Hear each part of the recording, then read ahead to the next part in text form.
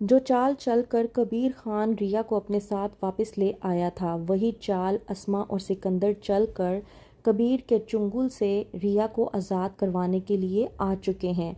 ड्रामे के next episode में आप लोग देखेंगे कि किस तरह से रिया कबीर से कहती है कि मैं तुमसे मोहब्बत नहीं करती और तुम जितना मर्जी मुझे अपने साथ बांध कर रखने की कोशिश करो, मैं यहाँ पर नहीं रहूँगी। वहीं पर कबीर रिया से कहता है कि मैं तुमसे बेइंतहा मोहब्बत करता हूँ और तुम्हें मेरी बात क्यों नहीं समझ में आती रिया कबीर खान।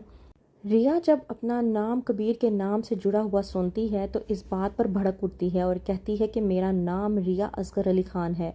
मैं अपना नाम तुम्हारे नाम के साथ जुड़ा हुआ भी नहीं सुनना चाहती, तो बेहतर ये है कि आइंदा के बाद मुझे मेरे नाम से पुकारना। वहीं पर कबीर रिया को समझाता है और कहता है कि तुम चाहो या ना चाहो, तुम्हारा नाम तो मेरे नाम के साथ ऑलरेडी जुड़ चुका है और ये भी ख्याल रखो कि आइंदा कब्र की तख्ती पर तुम्हारा नाम रिया कबीर खान ही लिखवाया जाएगा। रिया कबीर की इस बात को समझ नहीं पाती कि कबीर आखिरकार क्या कहने की कोशिश कर रहा है। वहीं पर दूसरी तरफ सिकंदर, जो कि कबीर के रिया को ले जाने पर बेहद बौखलाया हुआ है, कहता है सिकंदर अस्मा से कि ये सब कुछ तुम्हारी वजह से हुआ है। रिया अगर कबीर के साथ मिल गई तो हमारी चाल हमें पर उल्टी पड़ जाएगी, हमारी शिकस्त अलग होगी, बदनामी अलग होगी और ये सब कुछ मैं बर्दाश्त नहीं कर सकता। मुझे रिया इस घर में वापस चाहिए, वरना तुम्हारे साथ अंजाम अच्छा नहीं होगा। यही चाल चलना चाहती थी ना तुम, देखो तुम्हारी इस चाल ने हमें कहाँ पर ला के रख दिया है। अस्मा, जो कि बेहद परेशान होती है और सोच नहीं पाती कि वो आखिरकार क्या करे, वो एक बार फिर से वाजिद से रब्ता करती है और वाजिद हर बार की तरह एक बार फिर से अस्मा के कान भर देता है और कहता है कि जैसा मैं तुम्हें कह रहा हूँ बिल्कुल वैसा ही करोगी तो रिया तुम्हारे साथ वापस आ जाएगी। वहीं पर दूसरी तरफ रिया, जो कि कबीर से कहती है कि एक तरफ तुम मुझसे मोहब्बत के बेइंतहा दावे करते हो, वहीं पर दूसरी तरफ तुम मुझे जाने भी नहीं देना चाहते। आखिरकार तुम मेरे साथ करना क्या चाहते हो? अगर तुम्हें मुझसे मोहब्बत है तो तुम मुझे यहाँ से जाने दो, मेरी खुशी में खुश हो। इस बात पर कबीर रिया को समझाता है और कहता है कि रिया मेरी बात सुनो, मैं तुमसे बेइंतहा मोहब्बत करता हूँ और मेरे पास तुम्हारे अलावा खोने को कुछ भी नहीं है, यहाँ तक कि मैं खुद भी नहीं। और अगर मुझे इस बात का डर हुआ कि मैंने तुम्हें खो दिया तो मैं जिंदा नहीं रह पाऊंगा।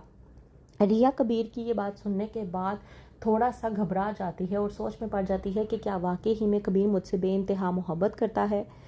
वहीं पर दूसरी तरफ मीना और वफा, जो कि चाहती हैं कि किसी न किसी तरीके से रिया को कबीर के चुंगल से निकलवा दे ताकि रिया यहाँ से भाग जाए और मीना का काम आसान हो सके।